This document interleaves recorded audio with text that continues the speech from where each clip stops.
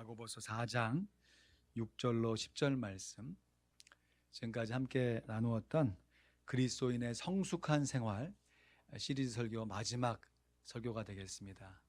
야고보서 4장 6절로 10절 말씀, 하나님을 가까이 하는 겸손이라는 제목으로 말씀 나눕니다. 우리 한 목소리 같이 봉독합니다. 야고보서 4장 6절로 10절 시작. 그러나 더욱 큰 은혜를 주시나니 그러므로 일러스되 하나님이 교만한 자를 물리치시고 겸손한 자에게 은혜를 주신다 하였느니라. 그런즉 너희는 하나님께 순복할지어다. 마귀를 대적하라. 그리하면 너희를 피하리라. 하나님을 가까이 하라. 그리하면 너희를 가까이 하시리라. 죄인들아, 손을 깨끗이 하라. 두 마음을 품은 자들아, 마음을 성결케 하라. 슬퍼하며 애통하며 울지어다. 너희 웃음을 애통으로, 너희 즐거움을 근심으로 바꿀지어다. 주 앞에서 낮추라. 그리하면 주께서 너희를 높이시리라. 아멘. 우리 모두는 다 하나님의 은혜로 예수 그리스도를 믿음으로 말미암아 하나님의 자녀가 된 줄로 믿습니다. 하나님의 존귀한 자녀가 되었습니다. 그런데 이렇게 이미 하나님의 존귀한 자녀가 된 우리들을 하나님께서는 계속해서 하나님의 위대한 걸작품으로 다듬어 가시는 줄로 믿습니다. 미켈란젤로가요, 역사상 가장 위대한 예술가 중에 한 명으로 꼽히는 사람이지요. 하루는 조각을 하기 위해서 값비싼 대리석을 앞에 놓고 그것을 망치를 들고 정으로 쪼고 있었습니다. 그런데 건축에 대해서는 전혀, 조각에 대해서는 전혀 알지 못하는 지나는 사람이 그 모습을 바라보고 있다가, 아니 저 비싼 대리석을 저렇게 망치를 들고 정으로 쪼아대면 그것을 어떻게 어디다 쓰려고 저렇게 다 부셔대고 있습니까? 그때 미켈란젤로가 이렇게 대답했다고 합니다. 내가 이 대리석을 깨어 내버려야 나의 작품이 살아납니다. 여러분, 우리들 안에 하나님께서 우리의 자아를 깨트려 부숴주셔야 하나님의 걸작품이 살아나는 줄로 믿습니다.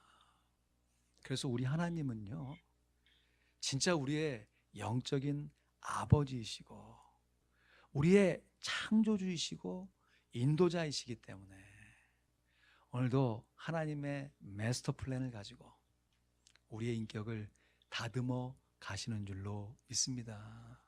이것이 구원받은 은혜 위에 우리들이 살면서 경험하는 하나님의 은혜가 되는 것입니다. 오늘 본문 야고보서 4장 6절 말씀에 보니까요, 그러나 더욱 큰 은혜를 주시나니 그러므로 일러스되 하나님이 교만한 자를 물리치시고 겸손한 자에게 은혜를 주신다 하였느니라. 아멘. 하나님께서 겸손한 자에게 은혜를 주신다고 약속하셨습니다. 근데 그 은혜가 어떤 은혜냐면 더욱 큰 은혜를 주신다고 약속하셨습니다. 그렇다면 은혜는 뭐고, 여러분 더 큰 은혜는 뭐겠습니까? 여기서 말하는 은혜는 사이즈를 얘기하는 것이 아니에요. 작은 은혜가 있고 큰 은혜가 있는 사이즈를 얘기하는 것이 아니라 은혜의 양을 얘기하는 것입니다. 그래서 영어로는 more grace, 은혜를 주시는데 은혜를 더하여 주신다라고 번역할 수 있어요. 한국어로 멋있게 번역해 보면 은혜 위에 은혜로다 라는 표현이 적당할 것입니다. 여러분, 이미 우리가 하나님의 은혜로 말미암아 하나님의 자녀가 되었습니다. 그 은혜를 우리의 삶 가운데 계속해서 더하여 주시는 것이 바로 하나님의 큰 은혜인 것이에요. 그 은혜로 말미암아 우리의 연약하고 부족한 모습이 하나님의 거룩하고 아름다운 성품을 닮아가면서 마침내 하나님의 걸작품으로 빚어져서 성숙한 그리스도인이 되어 하나님께 영광을 돌리게 되는 줄로 믿습니다. 그렇다면 하나님의 은혜를 겸손하게 받기 위해서 우리가 우리의 삶 가운데 실제적으로 해야 할 것이 무엇인가? 하나님께서 주시는 그 은혜를 하나도 놓치지 않고 오롯이 다 받아서 하나님의 멋있는 걸작품이 될 수 있는 비결은 무엇인가? 이어지는 말씀에 야고보 사도가 한번 따라 하시죠. 하나님께 순복할지어다. 순복한다는 것은 순순히 복종한다. 순종하여 복종한다 라고 하는 뜻이에요. 여러분, 우리가 하나님 말씀에 복종해야 하는 줄로 압니다. 그런데 때로는 마지못해 할 수 없어서 복종할 것도 안 하는 것보단 귀해요. 그러나 이왕에 복종하는 거 순복해야 하는 것이, 순수하게 순전한 마음을 가지고 순종하여 복종하는 자세가 필요합니다. 그렇게 순복하는 사람이 겸손한 사람이고, 겸손한 사람이 하나님께 순복할 수 있습니다. 그렇게 하나님 앞에 순복해 갈 때 이어지는 말씀에 보니까 우리가 구체적으로 실천해야 할 두 가지 삶의 자세를 교훈하고 있습니다. 먼저, 하나님께 순복하려면 마귀를 대적해야 합니다. 야고보서 4장 7절 말씀 우리 이어서 같이 읽어볼까요? 시작. 그런즉 너희는 하나님께 순복할지어다. 마귀를 대적하라. 그리하면 너희를 피하리라. 아멘. 우리들이 겸손하여 하나님께 순복할 수 있는 첫 번째 자세는 마귀를 대적하는 것입니다. 왜냐하면 하나님은 끊임없이 하나님의 은혜를 더하여 주심에도 불구하고 마귀가 그것을 중간에 가로채기 때문에 더하여 주신 은혜가 더해진 게 아니라 살펴보면 항상 그 자리인 것처럼 우리의 성숙을 제자리에 머물게 만드는 것이 마귀의 책략이기 때문에 그래요. 하나님께서 은혜를 주시면 그 은혜를 중간에 마귀가 가로채는 것이에요. 그래서 마귀는요 꼭 소매치기 같아요. 한국에 계실 때 소매치기 당해보셨나요? 혹시 하신 분은 없죠? 미국 살면서 소매치기 당한 일은 별로 없는 것 같아요. 내가 좀 부주의해서 뭐 컵을 자동차 위에 올리고 달린다거나 지갑을 뭐 어디다 놓고 그냥 온다든지 뭐 그래서 없어지는 건 있어도 나도 모르게 누가 와서 내 물건을 가져가는 일은 별로 없는 것 같아요. 근데 유럽 여행을 하고 오신 분들을 얘기를 들어보면 거기는 정말 소매치기가 얼마나 많은지 그냥. 그래서 가방을 뒤에다 못 매잖아요. 앞에다 막 임산부처럼 앞으로 탁 메고 그 가방 보호하면서 막 다니느라고. 그런데도 어느 순간 다녀오면 귀중품이 없어지는 거잖아요. 그래가지고 요즘엔 소매치기가 얼마나 많은지 관광객들이 도리어 꾀가 나가지고요. 유럽에는 쓰레기통이 길거리에 많이 없다 그래요. 관광하다 보면 쓰레기들이 생기잖아요. 그럼 이거를 계속 손이나 뭐 어디 계속 갖고 다니는 게 불편하잖아요. 그러니까 꾀를 내 가지고 쇼핑백에다가, 그것도 명품 쇼핑백에다가 아래는 막 쓰레기를 다 담는 거야. 그리고 위에만 걸타게 포장을 딱 하고 들고 다니는 거죠. 그러다가 유명 관광지에 탁 와서 사진 찍는 척하면서 탁 내려놓고 사진 한번 찍고 한번 둘러보고 딱 보면 쇼핑백이 없어져 버리는 거예요. 그만큼 소매치기들이 많다는 거예요. 그럼 마귀가요, 호실탐탐 노리고 있습니다. 우리가 하나님의 은혜를 안 받은 것이 아니거든요. 여러분 생각해 보십시오. 굵직굵직한 사건과 우리의 생활을 통해서 기억나는 하나님의 은혜가 있으시잖아요.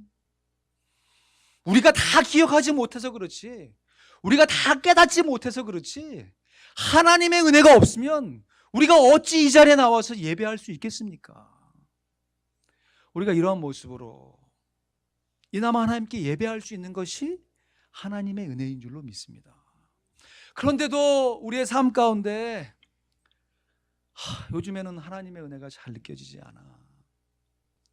내게 하나님의 은혜가 더 필요해 라고 느끼고 고백하는 근본적인 이유는 하나님께서 은혜를 더해 주시지 않기 때문이 아니라 이미 더하신 은혜를 우리가 가로챈을 당하고 있기 때문에 그래요. 그래서 우리가 마귀를 대적해야 합니다. 우리가 마귀를 대적하면 약속의 말씀이에요. 너희를 피하리라. 마귀가 우리를 피하지 않은 이유는 돌려 말하면 뭐예요? 우리가 마귀를 대적하지 않기 때문이에요. 여러분 조심스러운 말씀이고 참 슬픈 우리의 현실이지만 솔직히 말해서 처음에는 이게 마귀의 유혹인지 하나님의 연단인지 처음 이 신앙생활 할 때는 구분이 잘 안 돼요. 근데 솔직히 반복되는 신앙생활 가운데 이게 마귀의 유혹인지 하나님께서 우리를 빚으시는 연단인지 구분이 됩니다. 그것을 깨달아 알아요. 문제는 뭐냐? 분명하게 이것이 마귀의 유혹이라는 것을 알면서도 대적하지 않는 거예요. 왜냐하면 환경이 어려우니까. 나도 좀 불평하고 싶거든. 나도 좀 내 안의 자아에 뭔가 좀 위로함을 주고 싶거든. 그래서 그것이 유혹인지 알면서도 대적하지 않아요. 은근슬쩍. 그래, 마치 일부러 내 물건을 소매치게 하라 싶은 심정으로 그냥 무방비로 놔두는 거죠. 그러면 언제 가져갔는지 나도 모르는 사이에, 정말 눈 깜짝할 사이에 분명히 받은 하나님의 은혜가 느껴지지 않고 또 다른 하나님의 은혜를 사모해야만 살아가는 그 반복의 굴레 가운데 벗어날 수 없게 되는 것이죠. 그러면 어떻게 하나님의 은혜를 사모하면서 마귀를 대적할 수 있는가? 방법은 의외로 간단합니다.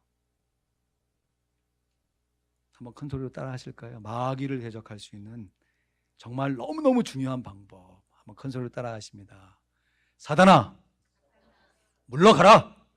아멘. 선포하면 됩니다. 베드로가요, 예수님을 향해서 정말 위대한 신앙 고백을 우리를 대신하여서 드렸어요. 주는 그리스도시요 살아계신 하나님의 아들이십니다. 예수님이 기뻐하시면서 요한의 아들 시몬아, 이것을 알게 한 것은 혈육이 아니다. 내가 네 그 신앙 고백 위에, 그 반석 위에 내 교회를 세우리라. 음부의 권세, 지옥의 권세가 해하지 못할 것이다 약속하시면서 예수님께서 기도 응답의 약속을 어떻게 주시냐면 네가 땅에서 매면 하늘에서도 매이고 땅에서 풀면 하늘에서도 풀리리라. 기도 응답의 약속을 허락하셨어요. 그리고 예수님이 이제 때를 기다렸다가 야, 이제 이 시점에는 내가 나의 죽음을 얘기해도 되겠다 싶으셨는지 비로소 이제 내가 예루살렘에 올라가서 많은 종교 지도자들에게 고난을 받고 죽임을 당하고 3일 만에 살아날 것을 말씀하세요. 그때 신앙을 고백을 드렸던 베드로가 어떻게 반응했죠? 마태복음 16장 22절 말씀에 보니까요, 베드로가 예수를 붙들고 간하여 가로되 주여 그리 마옵소서, 이 일이 결코 주에게 미치지 아니하리이다. 예수를 붙들고 간했다라고 하는 것은요, 예수님을 뒤에서 탁 붙잡고요, 예수님을 꾸짖으면서 책망하면서 얘기했다는 거예요. 근데 말은 예수님을 주님이라 고백합니다. 주여 그리 마옵소서, 결코 주에게 미치지 아니하리다. 예수님은 말로는 주님이라 고백하면서 태도는 예수님을 꾸짖는 거예요. 물론 베드로가 예수님보다 연장자이기 때문에 나이의 권위를 가지고 책망할 수 있겠지만, 분명히 베드로는 예수님을 주는 그리스도시요, 살아계신 하나님의 아들이다, 신앙의 고백을 드렸던 장본인이에요. 그러나 예수님께서 자기를 부인하고 이제 내가 고난을 당하고 죽임을 당하고 3일 만에 살아나야 할 것을 말씀하셨을 때는 베드로의 태도는 결코 겸손하지 못했습니다. 그러자 예수님께서 23절 말씀에 돌이키셨죠. 마태복음 16장 23절에 베드로에게 이르시되 사단아 내 뒤로 물러가라, 너는 나를 넘어지게 하는 자로다. 내가 하나님의 일을 생각지 아니하고 도리어 사람의 일을 생각하는도다. 베드로 뒤에서, 배후에서 역사하는 사단을 향하여서 사단아 물러가라 선포하셨던 예수님입니다. 여러분, 그렇다고 이제부터 내가 만나는 사람마다 나에게 마귀짓을 하면 내가 곧바로 사단아 물러가라 해야겠다 작정하시고 집에 돌아가는 차 안에서 갑자기 배우자가 원망하고 불평하면 운전하는 그 운전석을 향해서 사단아 물러가라 이렇게 얘기하면 교통사고 납니다. 예수님은 예수님이시니까 직접 얘기했죠. 우리는 다른 사람을 향하여서 궁이라는 마음을 가지고 분별되어져서 사단의 역할을 하는 것처럼 느껴지면요, 속으로 대적하는 거예요. 기도하며 대적하는 것이에요. 사단아 물러가라. 여러분, 이것을 다른 사람에게 먼저 적용할 것이 아니고요, 자기 자신에게 적용하셔야 되는 거예요. 하나님의 은혜를 받고 정말 마음이 뜨거워지고 이렇게 살아야지 싶은데 막상 삶 속에서 적용하려면 갈등이 생기고 외려 그 말씀은 온데간데 없고 엉뚱한 생각이 탁 들어올 때, 그때 내 자신을 향하여서 선포하는 것이에요. 사단아 내 뒤로 물러가라. 분명히 이 땅에서 매면 하늘에서도 매일 것이다 말씀하셨어요. 우리가 이 땅에 사단의 결박을 메어버리면 하늘에서 묶어 주시는 것이에요. 문제는 우리 마음 가운데 분명히 사단의 역사라는 것을 알매도 불구하고 그것을 솔직히 말해서 즐기고 싶은 마음, 그것을 빙자해서 내 아픔과 쓴뿌리를 좀 쏟아놓고 싶은 마음들이 우리 모두에게 있다고 하는 것이지요. 그러나 겸손한 사람은 그 상황 속에서 자기의 자아를 의지하지 아니하고 자기의 주님을 의지함으로 말미암아 승리할 수 있는 줄로 믿습니다. 하나님께 순복하는 첫 번째 방법은 자기를 부인하며 마귀를 대적하는 것입니다. 두 번째, 우리가 하나님께 순복하려면 하나님을 가까이 해야 합니다. 그거 따라 하시죠. 하나님을 가까이 하겠습니다. 여러분, 자석 있잖아요. 자석. N극과 S극, 플러스와 마이너스가 함께 존재하는 물건입니다. 참 자석을 생각할 때마다 참 신기해요. 우리가 익숙하게 봐서 그렇지. 아니 동일한 물건인데 왜 한쪽 끝은 N극이고 한쪽 극은 S극인가? 어떤 자석은 위에 면은 N극이고 아래 면은 S극인 자석도 있어요. 똑같은 물체인데 왜 다른 역할을 하는 것인가? 여러분, 마치 우리가 하나님께 순복하는 것이 이런 것이에요.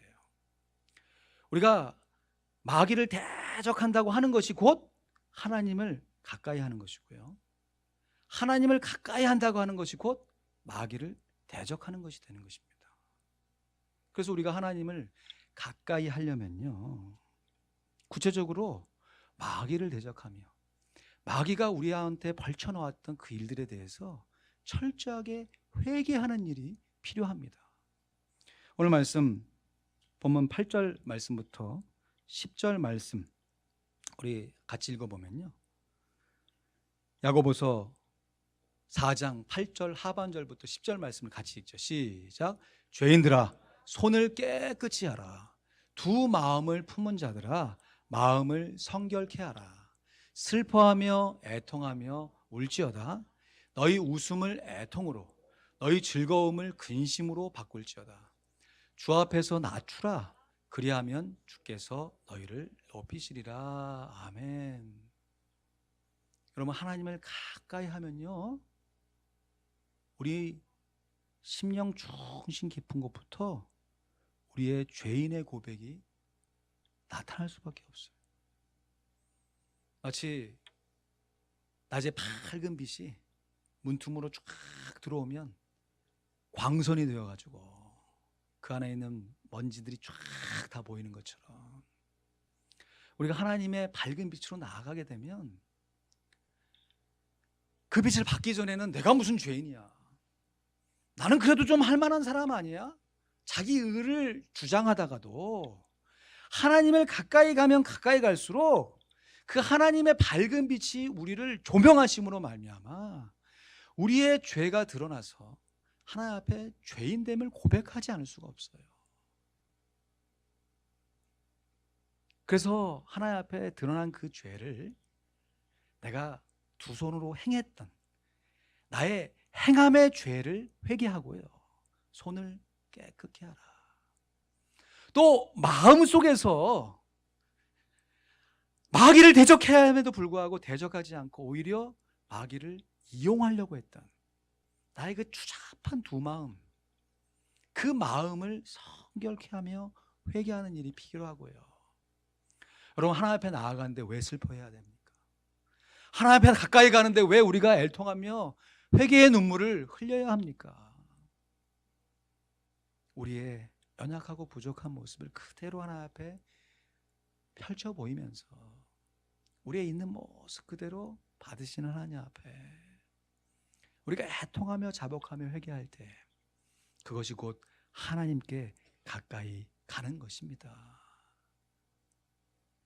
그렇게 하나님 앞에 자기를 낮추며 하나님께 가까이 가는 사람을 하나님께서 도리어 가까이 대하시며 우리를 높여 주시는 줄로 믿습니다.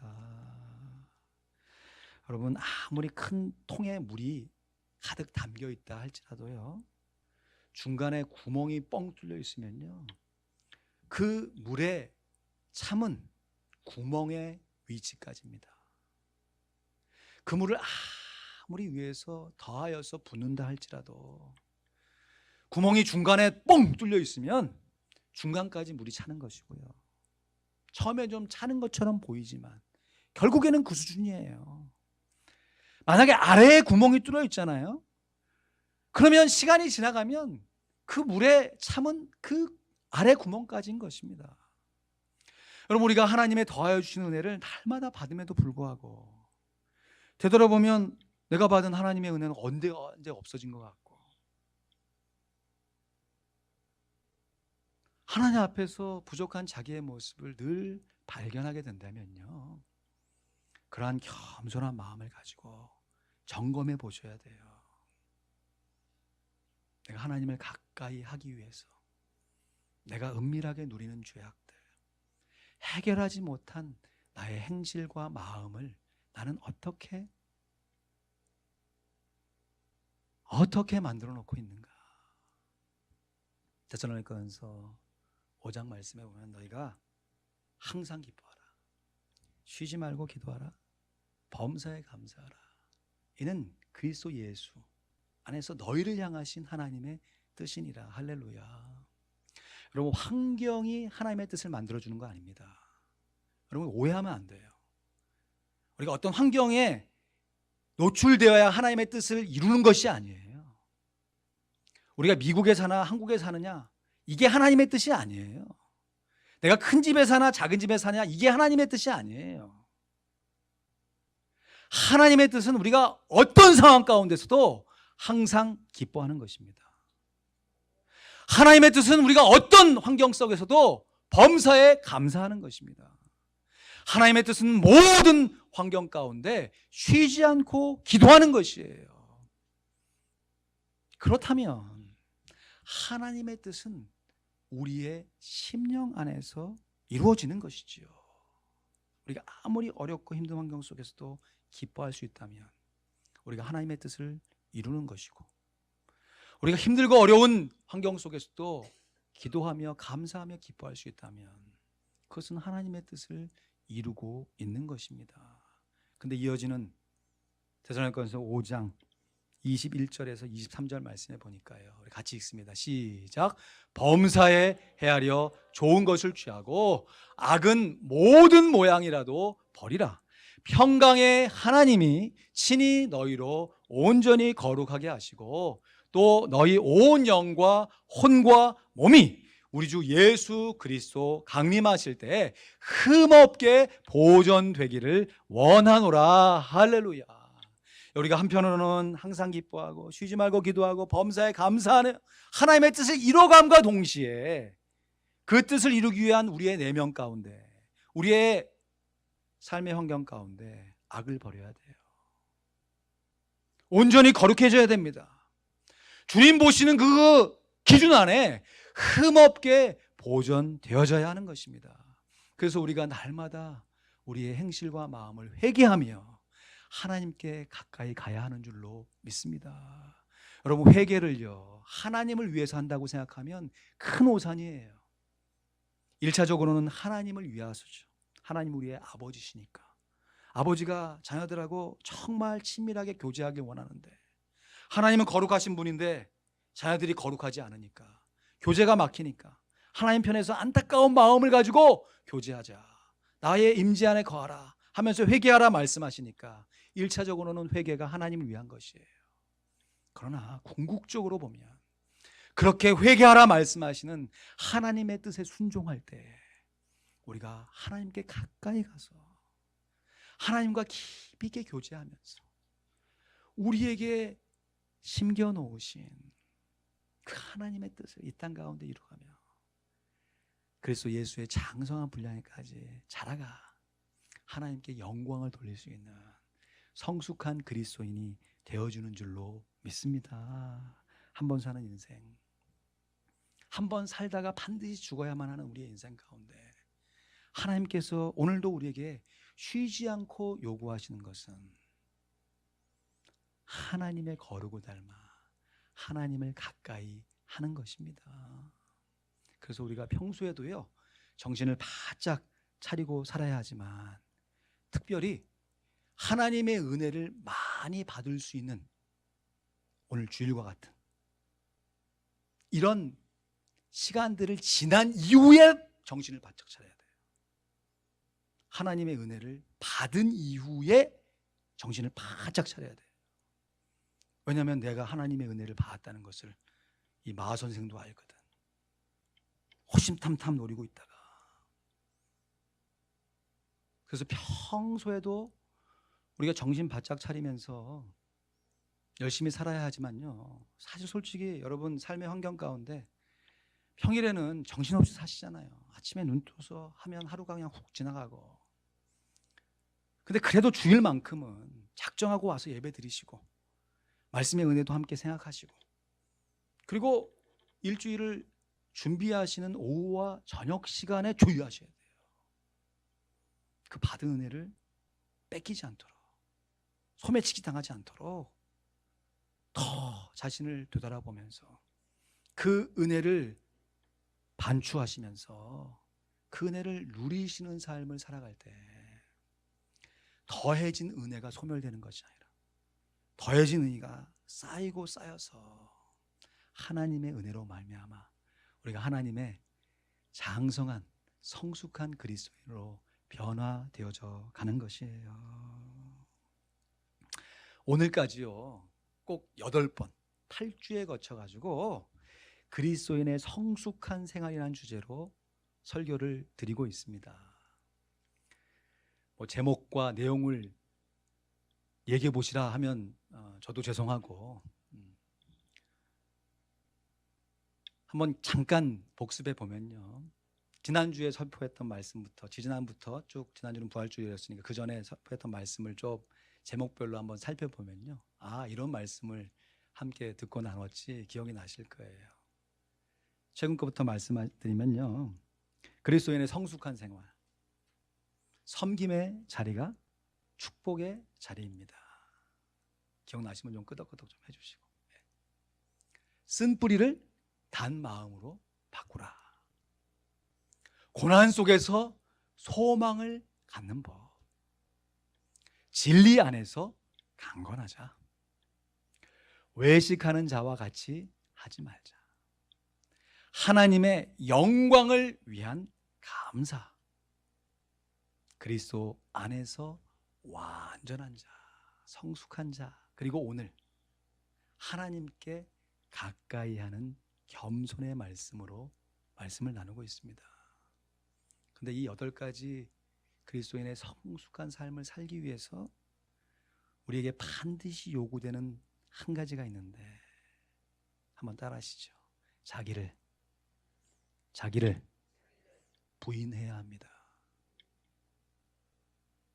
이 8가지의 그리스도인의 성숙한 삶의 귀한 말씀을 이루기 위한 전제 조건은 자기를 부인해야만 가능해요.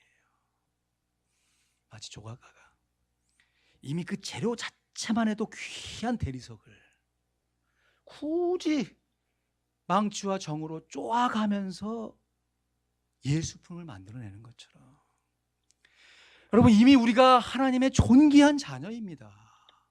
예수 그리스도를 믿음으로 말미암아 하나님의 은혜로 우리는 하나님의 자녀가 되었습니다. 그럼에도 우리의 인생의 조각가가 되시는 하나님께서 고난의 망치와 역경의 정으로 우리의 인격을 쪼아내시는 거예요. 깨트려 부수시는 것입니다. 부수실 때 왜 나에게만 이러한 고난을 허락하셨냐, 이러한 삶의 역경을 허락하셨나 불평도 하지만 뒤돌아보면 이 모든 것이 다 하나님의 은혜 위에 은혜인 줄로 믿습니다. 그래서 성숙이란 겸손하게 자기를 부인하는 것입니다. 성숙하여서 겸손해지는 사람은 사단의 유혹을 막아냅니다. 오히려 대적하여 겸손하여 성숙해집니다. 겸손하여 성숙해지는 사람은 하나님을 가까이 합니다. 자기의 부족한 모습을 핑계하며 원망하는 것이 아니라 정직하게 내 힘으로는 나를 부인할 수 없음을 고백하면서 하나님만 의지하여 하나님께 나아갑니다. 내가 그리스도와 함께 십자가에 못 박혔나니 그런즉 이제 내가 산 것이 아니요 오직 내 안에 그리스도께서 사신 것이라. 이제 내가 육체의 생활 가운데 살아가는 것은 나를 사랑하사 나를 위하여 자기 몸을 버리신 하나님의 아들을 믿는 믿음 안에서 사는 것이라. 할렐루야. 말씀을 맺습니다. 성숙한 그리스도인에게 겸손이란 사단의 유혹을 물리칠 수 있는 강력한 도구가 됩니다. 왜냐하면 하나님께 순복하게 하는 겸손이야말로 마귀를 대적하면서 동시에 하나님을 가까이 하는 회개의 역사가 일어나기 때문입니다. 그래서 우리가 겸손하면요, 하나님께 더 가까이 가게 되고요, 하나님께 더 가까이 가게 되면 우리가 더 납작 엎드려 겸손하게 하나님께 순복하게 됩니다. 우리들이 하나님 보시기에 성숙해지는 바로 그날까지 우리 하나님은 오늘도 쉬지 않고 역사하십니다. 우리 하나님은 우리에게 날마다 큰 은혜를 더하여 주십니다. 그 과정과 결과 속에서 우리들이 항상 하나님을 가까이 하는 겸손으로 마귀를 대적하고 하나님을 가까이 하면서 날마다 신압으로 성숙해가는 하나님의 귀한 자녀들이 되시기를 주님의 이름으로 간절히 축원드립니다. 기도하겠습니다.